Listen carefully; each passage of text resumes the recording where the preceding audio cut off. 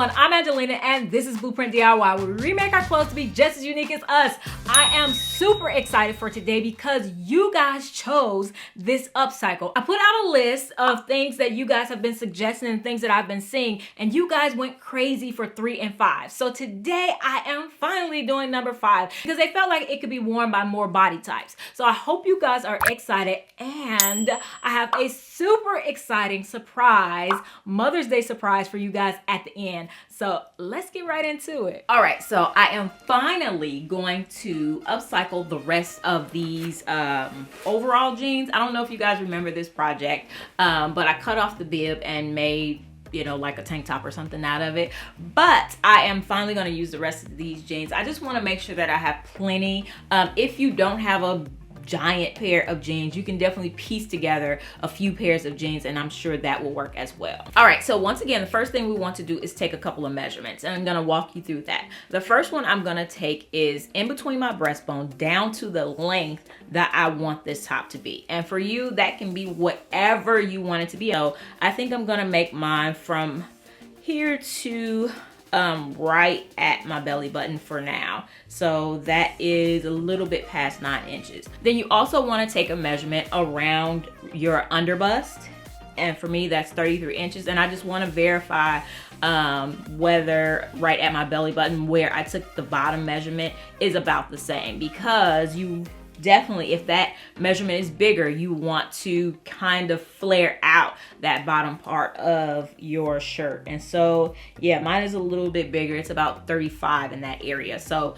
I definitely want to account for that. And I also want to measure right up at my shoulders where the inside of that shirt is going to be, because we're going to do part of this flat, and I just want to make sure I have a measurement for that. All right, so the next measurement you're going to take is from your shoulder, the top of your shoulder, down to the bottom of your bra. And so mine hits about right there. So I'm gonna mark all of these down, and we can begin cutting our denim according to these measurements. If you haven't subscribed, what are you waiting for? Hit that subscribe button right down below and hit the bell to turn on all notifications so you don't miss a thing. Because when I hit 100K, and we are almost there, I'm doing a special upcycle for 1 subscriber. 1 subscriber will win a special upcycle made by me. And so definitely subscribe and share this video so everyone knows all the amazing stuff going on here. Okay, so I have my jeans here, and I am going to just fold them in half. The first thing I'm going to do is take that measurement where I measured from in between my chest down to how long I want the top to be. And I do want to say that mine actually measured 9 inches. I gave it 10 inches to be safe, and I'm cutting it 11 inches for seam allowance. All right, so the next thing I'm gonna do is cut each one at the flat fell seam. You may not have one of these seams, or you may only have one, and you may choose to use the length of a pair of jeans, which is perfectly okay as well. And I'm just cutting as close to the seam as possible. And now I'm gonna take it to my sewing machine and sew 1 flat fell seam on top of just the regular jeans to make this 1 long piece. Okay, so at this stage you're going to need a bra. This is just so that you have something that you're going to use in order to make this curve. So you want to make sure you leave a seam allowance and put the top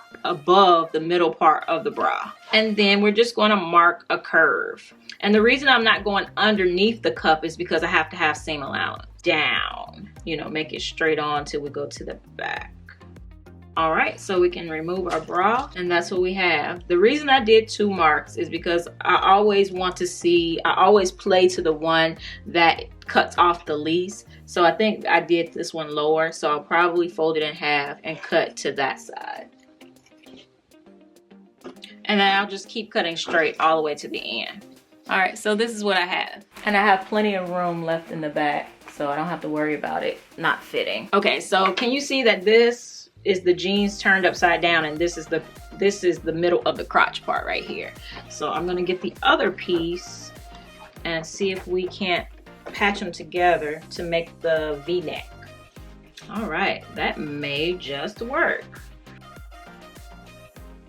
All right, so we took that measurement that goes from the bottom of the bra to the top of our shoulder, which was 13 3/4. So that is from here up, and I can add a pin right there. And I want to make sure I get this so that it's up where I put the pin. It's 10 inches apart because remember we measured that across. All right, so we are going to just start to pin. I'm not exactly sure how to make this make sense for you other than to just show you what I am doing. So my hope is that that will be enough. All right, so we're gonna draw a preliminary curve. There is another dart that needs to happen over on this side, over here, but I'm not gonna do it yet. I'm going to go ahead and start to draw my curve. And I'm lifting it up just to make sure I have seam allowance. And if you didn't see and if you didn't see Thursday's video, these pins are heat erasable. They're specifically for marking on fabric. And when you use an iron, you can make the pin disappear. So that's why I am so happy to have them. And I draw freely now without my sliver of soap. I do want to make note of my dart though, before I take this off. All right, so now I'm gonna unpin these, lay them back to back, and then cut them out. All right, so now it's time to pin it on us. And I'm going to pin in the darts. And I'm doing everything on the wrong side so that I don't have to take it apart. So I'm just gonna clip these two seams together, making sure that the dart is pinned there. And there's going to actually need to be another dart on the end. That'll be for the next fitting. But next I'll get my pen and mark where my shoulder is so that I know where the beginning of that sleeve needs to go. And I can mark like right under here. All right, so then I'll take this loose, take these apart for right now, and I can put the two pieces back together again and then cut this part out. All right, so where I drew the lines for my dart, I'm gonna cut right in between there and sew those together. And then instead of making my dart straight, I'm gonna make my dart like a curve because my chest is a curve. All right, so I'm gonna pin these two together and I'm only going to sew like right past the cup. I'm not gonna sew it all the way to the end, not just yet. You can actually do this in a basting stitch because I find that this part in particular is a part that I take apart a lot and put back together because sometimes it just doesn't work, you know?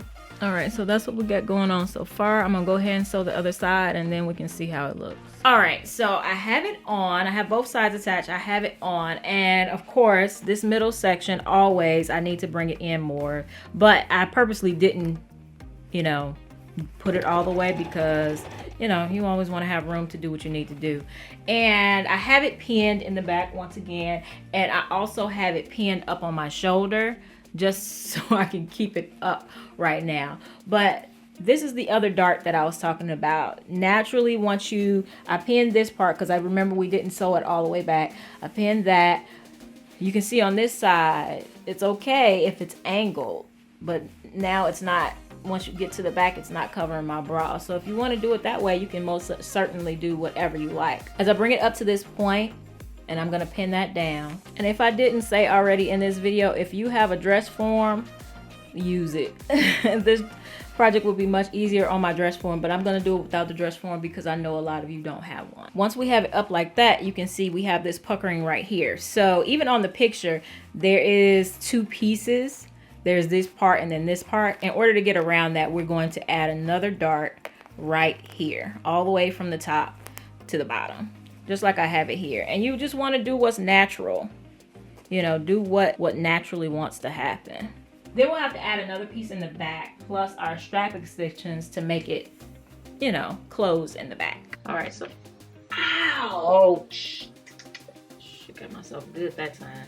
Okay, so I want to mark off my darts so that I can get those taken care of. And I'll do it just like I did before. Mark all the way from the top to the bottom. And I'm gonna, when I sew these, I'm gonna curve these as well. Just a little bit. All right, so in order to finish off this piece, like I said, I have quite a bit of extra in the back, so I only need a small piece, probably about that much, and then I need straps to complete the back. So I have these pieces that were cut off the bodice piece, so, and it has a flat fill seam, so I'm going to use some of that for the rest of the strap, and I need a piece right there. I have these seams that just barely miss. Like if they were further, it wouldn't bother me so much, but because they're just like so close, but not quite, no cigar, I think I want to add a seam to make them hit. The other thing I can do, instead of adding an extra seam, I can just go ahead and cut that one off and add my extra piece here. That way I don't have an extra seam and it just looks all continuous. All right, so then we are going to sew the rest of this piece together so that we can get close to putting in a zipper into this bad boy. I have it on, I haven't pinned it in the back. What I want to do is either get some pins and add it right in that area where it's going to come together, or I can get my little erasable pen and mark it in that area. I want to mark right on top of my shoulder. So if I have these out, you know, that 10 inches that I want them, I want to mark right on top of my shoulder because that's where my seam should be for my sleeve. If I put my sleeve way out here, then that sleeve is going to be weird. So I want it to be right up on that shoulder bone right there. And I'm going to serge everything on the inside. I'll show you guys the inside. I'm going to serge everything on the inside before I do any top stitching. Look at them seams. Look at them seams. Ah! Love it, love it, love it, love it, love it, love it, love it. Woo! All right, so we have top stitched our strap and everything is ready for some sleeves. So what I want to do is right at that part where we added that second dart, I want to kind of measure a little bit. This is a rough measurement of how long the curve of my sleeve needs to be. Yeah, I'm going to give myself roughly 20 inches. So I want my inside, it's going to be a moon shape. The pattern for this is a moon shape, and basically I want that inside, the inside curve to be at least 20 inches. French curve will work perfect for this. In architecture, we use this little thing.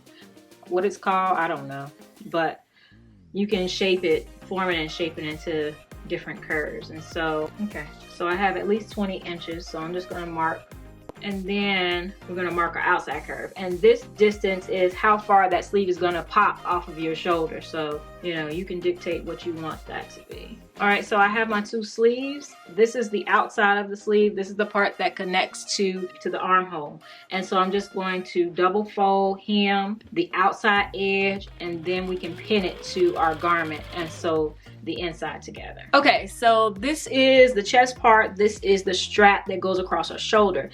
Right here, you can't see it, I'm sure, but there's a little mark where we marked right on top of our shoulder. I'm gonna fold my sleeve piece in half and then lay it on there good side to good side so that the top of the sleeve, the biggest part, is kind of right at the shoulder. And I can actually move it back a little bit because it's going a little bit further than I thought here. And then I'm gonna pin that down. And then when I get towards the back, I want to begin to straighten it out. And then I'll mirror the, then I'll mirror it on the other side so that they both look the same. And I'll go and sew it together. And at the same time, I can also, while I'm doing that, I can serge my edges and then top stitch this as well.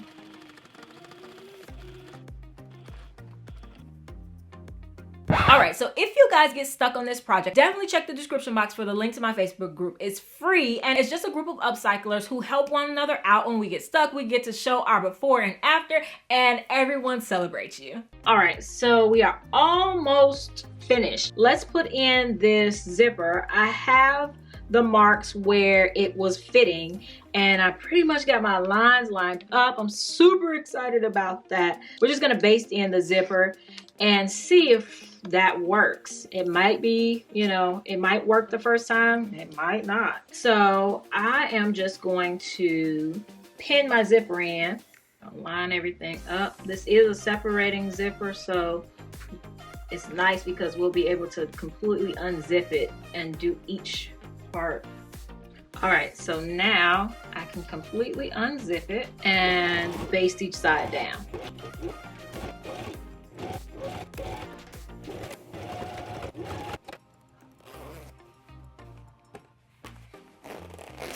Ow!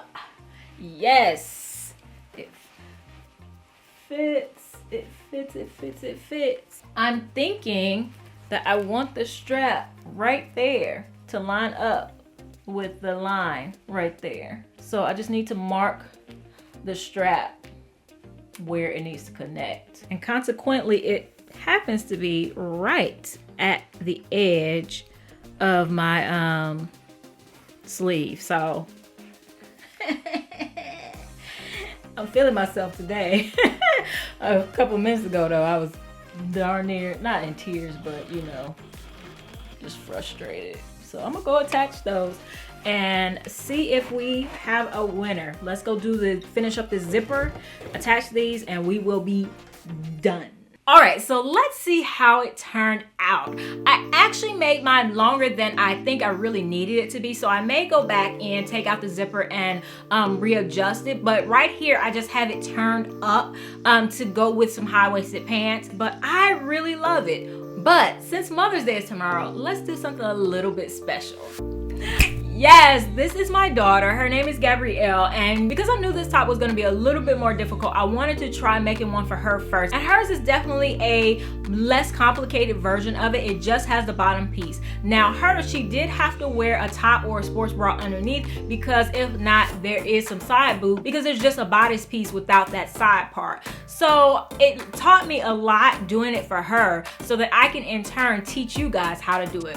But I absolutely love these, and we had a super fun time modeling together. And this goes out to all the mothers out there doing your very best to raise happy and healthy kids. I hope you guys have enjoyed this video. Definitely subscribe if you haven't subscribed. I have a whole host of videos right here, as well as this rib neck tank top, which is, you're gonna need it soon because summer is coming. I promise, even for you guys living in cold climates, it's coming, and you're gonna need this tutorial. So definitely check that out, and I'll see you guys in the next one. Bye!